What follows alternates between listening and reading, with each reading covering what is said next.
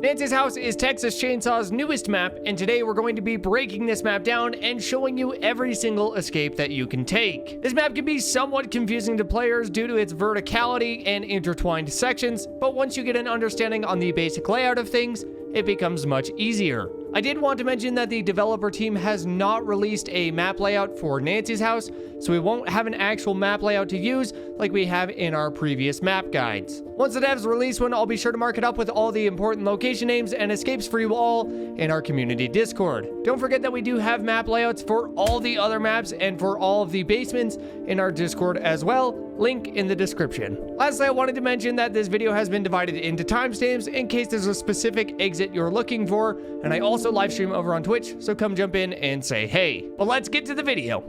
So firstly, I just wanted to give you all a few key important landmarks to remember as we talk through today's map guide. Knowing these locations will give you a better understanding of the map and how different components are connected. Firstly, you'll want to know this area that is labeled as the exterior and car graveyard. This area houses a lot of important components and plays a large part in many escapes. The second important location for today is the garage and cellar area. These two little locations that are tied together house two major access points to Nancy's house, and additionally sometimes the fuse box and additional key items. There are also a few escape points from the basement here as well. The last location I wanted to bring up quickly is the front garden. This location has some very important connections to the bottom half of the map as well as Nancy's house. It also contains one of our exits from the map as well. Anyways, with these important locations out of the way, let's jump into some escapes. The first escape we'll be taking a look at for today is the car battery escape. This escape is located right near the exterior and car graveyard. You can also remember where this exit is by knowing that it's on the opposite side of the map from the garage area or Nancy's house. You'll want to pick up a few unlock tools for this escape,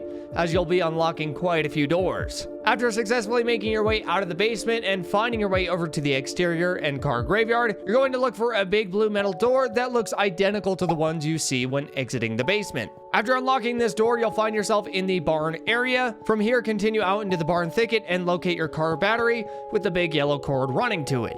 Before we get too ahead of ourselves, I did want to mention that there is also a gate that can be used to access the car battery escape, meaning you have more than one entrance to pick from. This can be helpful as the blue sliding door is a bit more out in the open, but be aware that the cook can padlock the gate unlike the sliding door. Anyways, this gate will lead you into the same barn area that the sliding door does, so they aren't incredibly different, but it's nice to have some options. There are typically lockpicks located in the barn area as well, in case you need an extra after getting through a doorway. To finish out the escape, you'll just want to turn off the car battery, unlock the final gate, and you're home free. The next escape we'll be looking at today is the pressure valve. This escape is pretty cut and dry, but it can be a little tricky to pull off with how often the family is normally patrolling the exterior. Of course, for this escape, you won't be needing as many tools, but sometimes it can be helpful to have a little extra health or some bone scrap to help you pull this off. After exiting the basement, you're going to need to locate a valve and attach it to the regulator. I find that the valves often spawn in the cellar area or in other parts of Nancy's house and the exterior. Once you've obtained one of these, make your way out to the exterior area and start searching for the pressure regulator. The regulator won't ever spawn in far out areas such as the front garden or barn thicket. I find oftentimes it will spawn near the gate we discussed earlier that leads to the barn or by the cactus gulch. Once again, with this escape, you're going to want to take things slow as the family is normally patrolling these center areas pretty heavily. Once you've located the regulator, slap the valve on, and then start heading over to the valve exit. This exit is located in the exterior right next to our blue sliding door that leads out to the car battery escape. Once the gate is opened up, you're all set to go. Next up on our list is the road escape, and this can involve either working your way through Nancy's house or by turning off the generator and unlocking the final gate. For today, we're going to start with the route that involves working your way through Nancy's house. You're definitely going to want to bring quite a few lockpicks for this one. After escaping the basement, you'll want to make your way into the garage or cellar. Here, there are two different sliding blue doors that will take you into Nancy's house. The one in the garage uses a ladder, while the one in the cellar uses a staircase, but both will lead you into Nancy's house. You can also close the garage and latch the white door while unlocking a sliding door in order to buy yourself some extra time. It is worth noting that you can also gain access to Nancy's house by going to the Cactus Gulch and unlocking the gate near the electrified grid. This is also a ladder that will bring you up to Nancy's house, but it's a bit more obvious and it can be difficult to pull off. Once you're in Nancy's house, you'll want to locate the only locked door in the upstairs area that leads out to the front garden and get it opened up. From here, it's pretty much a straight shot out as you follow the path through the sunflowers, but at the end of the pathway, just take a left and unlock the final gate. It's worth noting that there is a well in the front garden if you need to return to the basement at any time. Once you've opened that up, you're home free. The second way you can gain access to this escape is by locating the generator in the Cactus Gulch or exterior and kicking it off.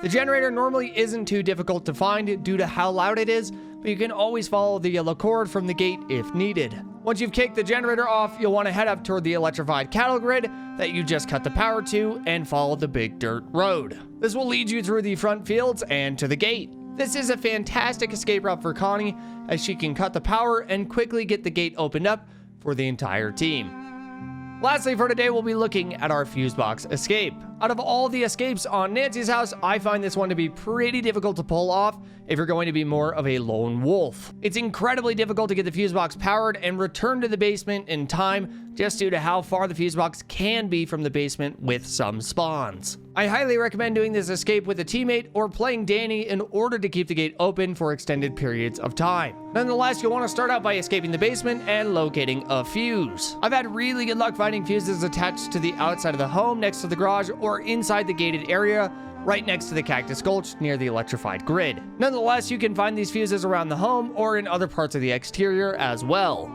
After obtaining a fuse, you'll need to locate the fuse box, and I've had pretty good luck finding this in the cellar, on the back porch of Nancy's house, or in the car graveyard. You can also find it in Johnny's shack, which is just the white shack located out in the exterior. After getting the fuse box powered, you'll want to return to the basement and head towards the pump room, where the gate is located. I've noticed that it can be easy to navigate to the Fusebox gate by entering the basement using the staircase near the car graveyard, taking a left, and then taking your second right in the sewers, which will give you a straight shot to the gate.